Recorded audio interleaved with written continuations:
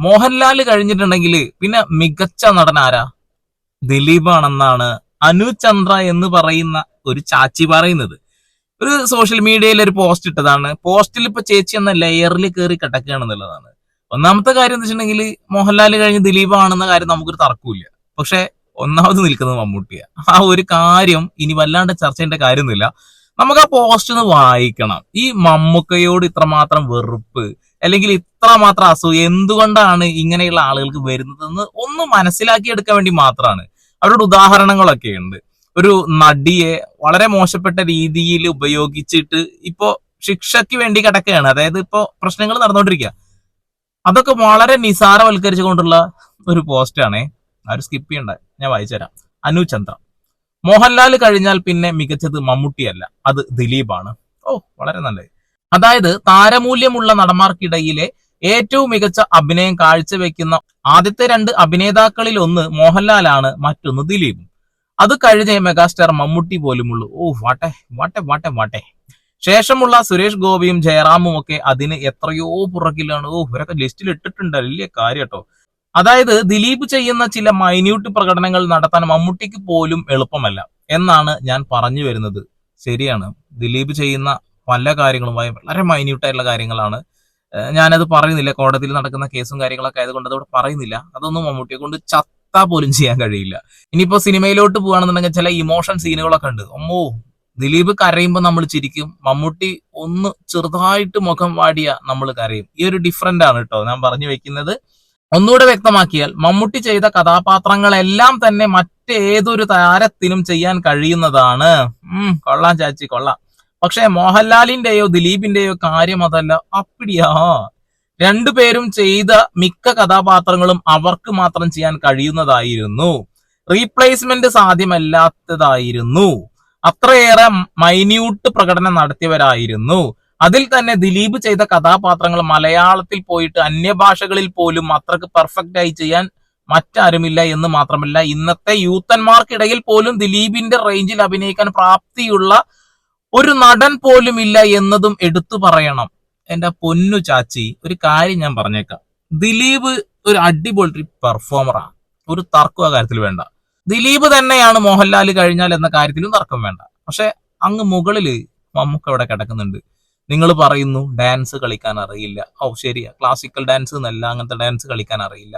അതേപോലെ തന്നെ മോഹൻലാലിന് അത്ര മെയ്വഴക്കൂല്ല എന്നാണ് നിങ്ങൾ പറഞ്ഞത്. ഓക്കെ, ഞങ്ങൾ സമ്മതിച്ചു, മെയ്വഴക്കൂല്ല.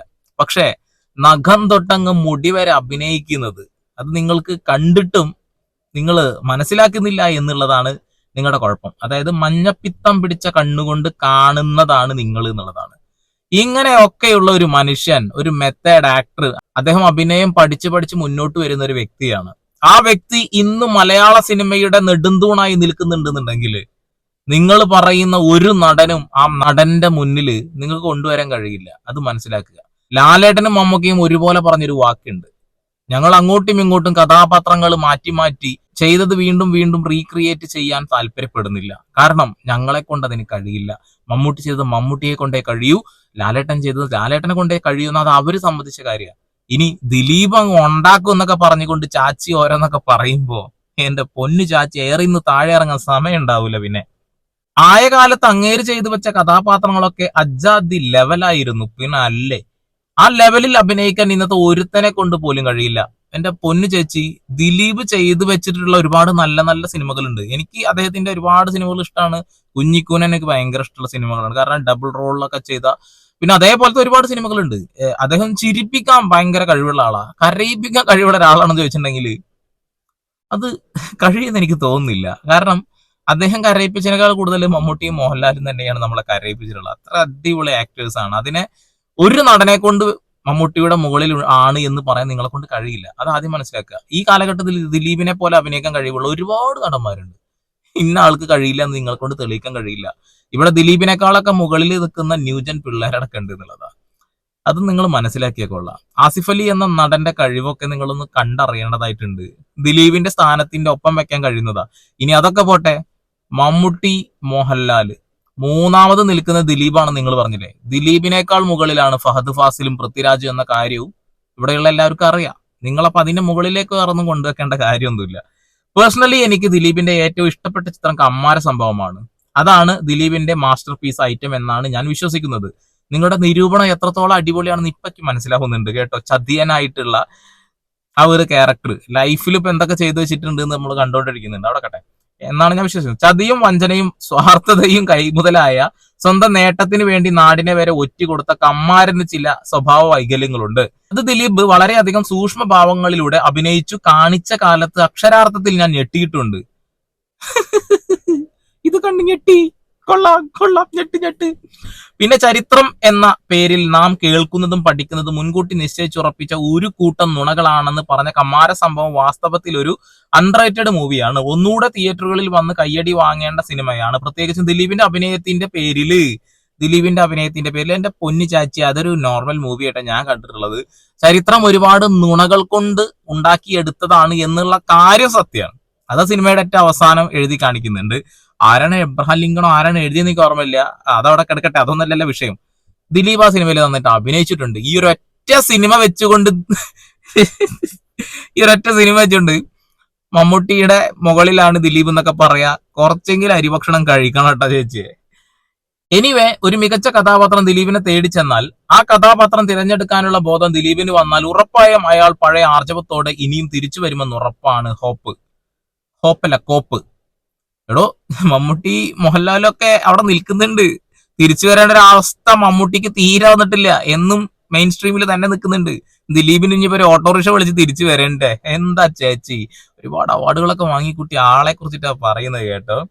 അതായത് നല്ല കാലത്തൊന്നും വീണുപോയി, ആ വീഴ്ച പറ്റിയില്ലായിരുന്നെങ്കിൽ ഇന്ന് ഏതോ ലെവൽ എത്തേണ്ട നടനാണ്. സമയമല്ലേ, മാറിയും മറിഞ്ഞും വരുമായിരിക്കും, നോക്കാം എന്ത് സംഭവിക്കാമെന്ന്.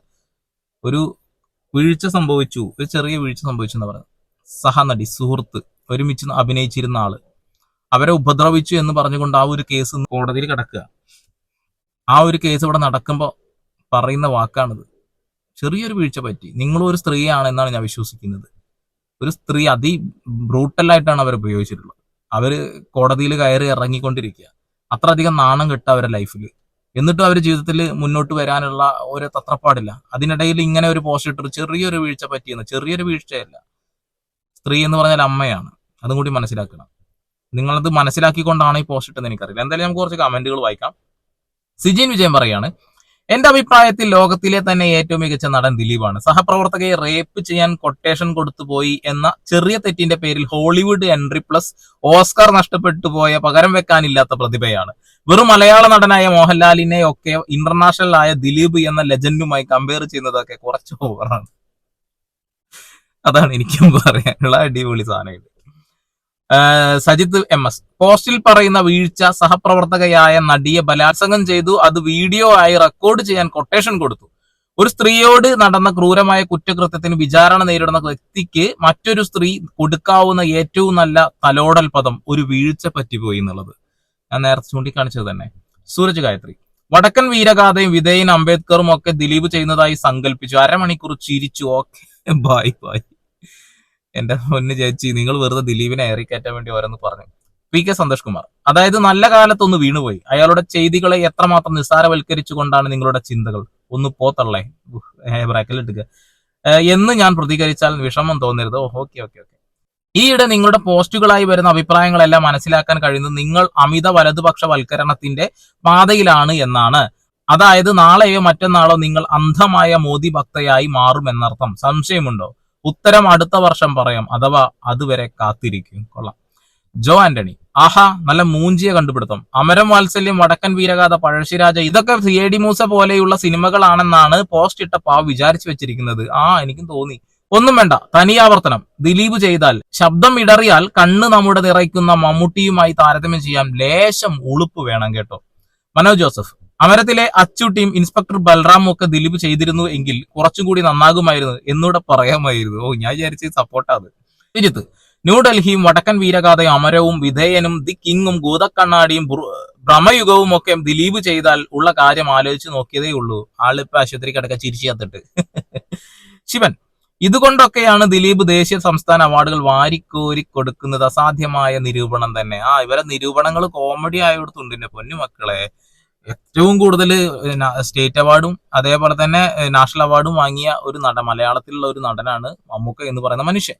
ആ മനുഷ്യനെയാണ് ഇപ്പൊ ഈ ഒരു രീതിയിൽ ദിലീപുമായിട്ട് കമ്പയർ ചെയ്തത്. കൊള്ളാം. അപ്പോഴാണ് ഞാനൊരു കാര്യം ആലോചിച്ചത്, ഇവര് ഇപ്പൊ ആളാരാന്ന് അറിയില്ലല്ലോ. അപ്പൊ ഞാൻ ഇവരുടെ ഒരു പോസ്റ്റും കാര്യങ്ങളൊക്കെ ഒന്ന് പരിശോധിച്ച് ആരാണെന്ന് നോക്കിയപ്പോ അനു ചന്ദ്രൻ എന്നുള്ള പ്രൊഫൈല്. അപ്പൊ രണ്ട് ആളെ ഇവർ ഫോളോ ചെയ്തിട്ടുള്ളൂ. കുറെ പോസ്റ്റുകളും കാര്യങ്ങളൊക്കെ ഉണ്ട്, അത്യാവശ്യം നല്ല ഫോളോവർ ഇവർക്കുണ്ട്. അപ്പൊ നല്ല നിരൂപകനാണ്. അപ്പൊ ഞാൻ ഫോളോവർ ഒന്ന് ജസ്റ്റ് ചെക്ക് ചെയ്തപ്പോ നിങ്ങൾ സൈഡിൽ കാണുന്നത് അശ്വന്ത് ഗോക്ക് ഉണ്ട്, പിന്നെ ഏഞ്ചൽ എന്തോ സാധനം കണ്ട്. അപ്പൊ അശ്വന്ത് ഗോക്ക് അതന്നെയാണെന്ന് ഉറപ്പിക്കാൻ നോക്കി, അശ്വന്ത് ഗോക്ക് തന്നെയാണ് അതെന്ന് മനസ്സിലായി. അത് കഴിഞ്ഞ് രണ്ടാമത്തെ ആൾ ആരാണെന്ന് വെറുതെ ഒന്ന് നോക്കിയപ്പോ അതിൽ കണ്ട കാര്യങ്ങളാണ് ഇപ്പൊ നിങ്ങൾ കണ്ടുകൊണ്ടിരിക്കുന്നത്. എന്തൊക്കെയോ നല്ല നല്ല വീഡിയോസ് ഇടുന്ന ഏതോ ഒരു ആളെയാണ് അവര് ഫോളോ ചെയ്ത് വെച്ചിട്ടുള്ളത്. ഞാനിനി അവർ അബദ്ധവശാൽ ആരെങ്കിലും ഇട്ട പോസ്റ്റ് ഒക്കെ ആണോ വെച്ചാൽ ഞാൻ വെറുതെ അടിയിലോട്ടൊന്ന് പോയി നോക്കി. പോകുന്തോറും കണ്ടതാണ് നിങ്ങൾ കണ്ടുകൊണ്ടിരിക്കുന്നത്. അധികം നേരം നോക്കി നിൽക്കാൻ എന്റെ മനസ്സിന് ശക്തി ഉണ്ടായിരുന്നില്ല. ഞാൻ അവിടുന്ന് പതുക്കെ ചാടി. എന്തായാലും നല്ല ആളെ അശ്വന്ത് ഗോക്കിനെയും കൂടി അവര് ഫോളോ ചെയ്തെന്ന് കണ്ടപ്പോ എനിക്ക് ആ ഒരു നിരൂപണത്തിന്റെ എത്രത്തോളം സ്ട്രോങ് ആണെന്ന് മനസ്സിലായി. കാരണം അശ്വന്ത് ഗോക്കിന്റെ പല നിരൂപണങ്ങളും പല സിനിമാ റിവ്യൂവും സത്യം പറയട്ടെ അയാൾ പറയുന്ന ഒന്നും അങ്ങ് കറക്റ്റ് ആവാറില്ല എന്നുള്ളതാ. അമ്മാതിരി ഊളത്തരങ്ങളാണ് ആൾ പലപ്പോഴും പറയാറുള്ളത്. പല നല്ല സിനിമകളും മോശമാണെന്നും പല മോശം സിനിമകളും നല്ലതാണെന്നും പറഞ്ഞ് പൈസ വാങ്ങിയിട്ട് ഇരിക്കുന്ന ഒരു മനുഷ്യനാണ് ഈ അശ്വന്ത് ഗോക്ക് എന്നൊക്കെ നമുക്ക് എല്ലാവർക്കും അറിയുന്ന കാര്യമാണല്ലോ. ഇതും കൂടി ആയപ്പോ സന്തോഷമായി. നല്ല നിരൂപണം അല്ലേ. എന്തായാലും അനു ചന്ദ്രന് പറ്റുന്ന രീതിയിലൊക്കെ ഒരു കമന്റ് ഇട്ടിട്ടുണ്ട് സഹായിക്കുക. വീണ്ടും വരാം പുതിയ സിനിമാ വിശേഷങ്ങളുമായി. Sandeep Edappal signing off.